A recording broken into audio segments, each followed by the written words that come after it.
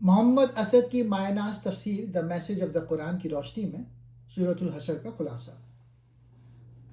محمد اسد اس سورہ کے تعارف میں لکھتے ہیں کہ یہ مدنی دور کے وسط میں نازل ہوئی۔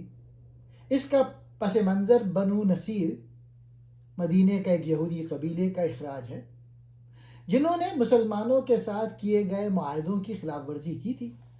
اللہ کی تسبیح اور قدرت، آیت 1 سے 5۔ سورہ کا آغاز کائنات کی ہر شے کے ذریعے اللہ کی پاکی بیان کرنے سے ہوتا ہے۔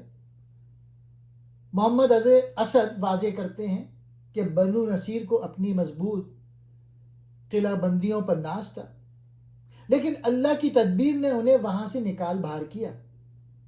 یہ سبق ہے کہ مادی طاقت اللہ کے حکم کے سامنے کچھ نہیں۔ دوسرا نقطہ، اموال غنیمت کے احکام، آیت 6 سے 10۔ محمد اسد ان آیات کی تشریح میں اسلام کے اقتصادی انصاف پر بہت زور دیتے ہیں۔ اصول: وہ مال جو بغیر جنگ کے حاصل ہو وہ صرف چند امیروں کے درمیان گردش نہیں کرنا چاہیے۔ مصارف: یہ مال اللہ کے رسول، قریبی رشتہ داروں، یتیموں، مسکینوں اور مسافروں کے لیے ہے تاکہ معاشرے میں دولت کا توازن برقرار رہے۔ مہاجرین و انصار: یہاں انصار مدینہ کی ایثار گری کی تعریف کی گئی ہے جنہوں نے اپنی ضرورت کے باوجود مہاجرین کو اپنے اوپر ترجیح دی۔ پوائنٹ نمبر 3، منافقین کا کردار، آیت 11 سے 17۔ ان آیات میں ان منافقین کا ذکر ہے جنہوں نے بنو نصیر کو جھوٹی تسلیاں دی کہ اگر تمہیں نکالا گیا تو ہم بھی تمہارے ساتھ نکلیں گے۔ محمد اسد کے مطابق یہ انسانی نفسیات کی عکاسی ہے کہ بزدل اور جھوٹے لوگ کبھی بھی مشکل وقت میں اپنے ساتھیوں کا ساتھ نہیں دیتے۔ ان کی مثال شیطان جیسی ہے جو انسان کو بہکا کر آخر میں لاوارث چھوڑ دیتا ہے۔ پوائنٹ نمبر 4، تقوی اور قرآن کی عظمت، آیت 18 سے 21۔ اللہ تعالیٰ مومنوں کو حکم دیتا ہے کہ وہ اپنے کل یعنی آخرت کے لیے تیاری کریں اور ان لوگوں کی طرح نہ ہو جائیں جو اللہ کو بھول گئے تو اللہ نے انہیں خود اپنی جانوں سے غافل کر دیا۔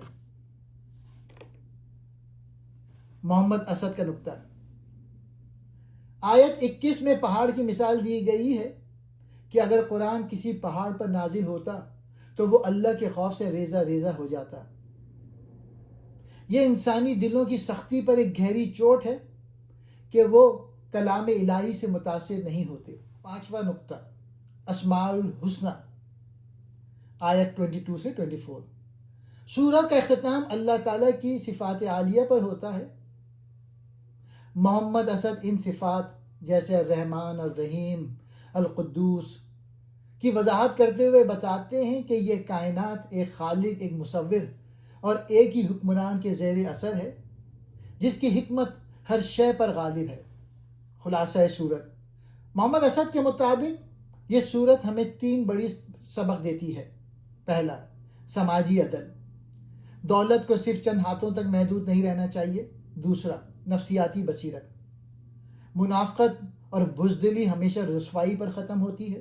تیسرا، روحانی بیداری، اللہ کی صفات پر غور کرنا ہی اصل کامیابی کی کنجی ہے۔